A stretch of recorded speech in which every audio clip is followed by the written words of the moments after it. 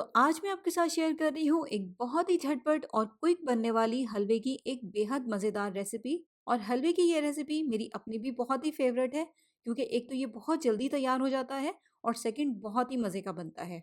तो आज हम बनाएंगे बेसन और कोकोनट का एक बहुत ही मज़ेदार सा हलवा, जिसको बनने में मुश्किल से 5 से 10 मिनट का ही टाइम लगेगा। अस्सलाम वालेकुम, मैं हूँ Sadia Uzair. Welcome back to Sadia Uzair's kitchen. Video को लाइक शेयर और मेरे यूट्यूब चैनल को सब्सक्राइब भी ज़रूर कीजिएगा, क्योंकि आपको मिलेंगी मेरे चैनल पर इस तरह की बहुत सारी मज़े मज़े की नई नई क्रिएटिव और ऑथेंटिक रेसिपीज़। बिस्मिल्लाहिर्रहमानिर्रहीम। तो सबसे पहले ये मज़ेदार सा हलवा बनाने के लिए यहाँ पर हम एक बाउल में लेंगे 4 अंडे। आपने अगर इससे ज़्यादा क्वांटिटी में ये हलवा तैयार करना है तो रेसिपी के सारे इंग्रेडिएंट्स को आप डबल या ट्रिपल कर सकते हैं। इसके बाद नेक्स्ट यहाँ पर मैंने 2 टेबलस्पून गरम दूध में थोड़ा-सा ज़ाफ़रान भिगो कर रखा था, लेकिन ये बिल्कुल भी ज़रूरी नहीं है। ज़ाफ़रान है तो आप ऐड कर दें, नहीं तो आप इसको स्किप कर दें। इसके बाद इसमें सिर्फ़ 2 चुटकी येलो फूड कलर ऐड करेंगे, सिर्फ़ हल्के से नेचुरल से येलो फूड कलर के लिए। बहुत ज़्यादा ओवर कलर इसमें ऐड नहीं करना, कलर को भी अगर आप चाहें तो आप स्किप कर सकते हैं। तो अब ये सारी चीज़ें ऐड कर देंगे एक ब्लेंडिंग जग में और साथ ही इसमें शामिल कर देंगे आधा कप चीनी। अब अगर तो आप कम मीठा पसंद करते हैं तो आधा कप चीनी आपके लिए बिल्कुल परफेक्ट है। लेकिन अगर आप थोड़ा-सा तेज़ मीठा पसंद करते हैं तो फिर आप इसमें 3/4 कप यानी कि पौना कप चीनी का ऐड करें, आधे कप से थोड़ा-सा ज़्यादा। तो बस अब इन सारी चीज़ों को हम अच्छी तरह से एक बार ब्लेंड कर लेंगे।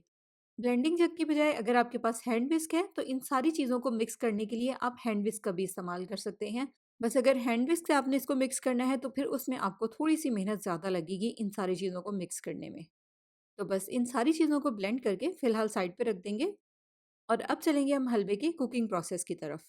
और नेक्स्ट यहाँ पर हम लेंगे 1 कप बेसन। हलवा बनाने से पहले इसको हमने एक मर्तबा अच्छी तरह से छानना है, ताकि अगर इसमें कोई भी गुठलियाँ वगैरह हों तो वो निकल जाएँ।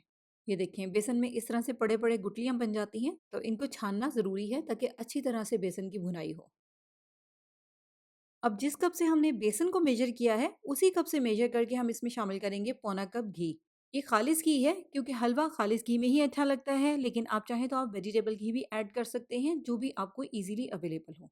अब यहाँ पर अगर आप देखें तो आधे कप से घी थोड़ा-सा ज़्यादा है, लेकिन ये घी थोड़ा-सा कम रहा था। इसकी भुनाई करते हुए मैंने इसमें थोड़ा-सा घी मज़ीद भी ऐड किया था, तो इसलिए आप इसी पॉइंट पर इसमें डायरेक्ट पौना कप घी का ऐड कर दें। तो बस अब हमने फ्लेम को मीडियम लो के दरमियान में रखना है और लगातार चम्मच चलाते हुए इसकी भुनाई करनी है, जब तक कि बेसन का कलर भी हल्का सा गोल्डन सा हो जाए और इसमें भुनाई करने की अच्छी सी खुशबू भी आने लग जाए। बस भुनाई करते हुए ये ध्यान रखना है कि एक तो फ्लेम तेज़ ना हो, मीडियम लो के दरमियान में हो, वरना बेसन जल सकता है। और सेकंड, कंटिन्यू आपने इसमें चम्मच चलाना है, चम्मच को रोकना नहीं है। इसके अलावा जैसे कि यहाँ पर आपने देखा है कि मैंने सारी चीज़ों की मेजरमेंट्स मेजरिंग कप से की है। लेकिन अगर आपके पास इस तरह के मेजरिंग कप्स नहीं हैं तो कोई प्रॉब्लम नहीं है। आपके पास कोई भी छोटे साइज़ का कप हो या बाउल हो तो आप उसका भी इस्तेमाल कर सकते हैं। बस जिस भी कप से आपने एक चीज़ की मेजरमेंट करनी है तो सारी चीज़ों की मेजरमेंट्स के लिए आपने फिर उसी कप का इस्तेमाल करना है। तो देखिए कितना ज़बरदस्त लाइट गोल्डन सा कलर हो गया है बेसन का, और एक बहुत ही अच्छी सी सोंधी सी इसमें से खुशबू भी आ रही है भुनाई करने की। तो बस अब हमने फ़ौरन से जल्दी से इसमें शामिल करना है 1 कप डेसिकेटेड कोकोनट, क्योंकि इस पॉइंट पर बेसन जल भी सकता है, इसका भी हमें ध्यान रखना है। बस कोकोनट को यहाँ पर हमने इसमें सिर्फ मिक्स ही करना है, ज़्यादा नहीं पकाना, क्योंकि घी बहुत तेज़ गर्म है। इसी मिक्सिंग के दौरान ही हम इसमें शामिल करेंगे 1 चाय का चम्मच सब्ज़ इलायची का पाउडर, और कंटिन्यू हिलाते हुए सिर्फ 1 आधे मिनट के लिए इसको हमने पकाना है।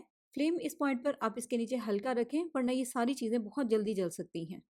तो सिर्फ 1 आधे मिनट के लिए कोकोनट ऐड करने के बाद मैंने इसको पकाया है। अब इसमें हम शामिल कर देंगे अंडों वाला मिक्सचर। ये मिक्सचर इसमें ऐड करते रहेंगे और साथ-साथ इसको अच्छी तरह से मिक्स भी करते रहेंगे। बस फ्लेम आप इसके नीचे हल्का रखिएगा।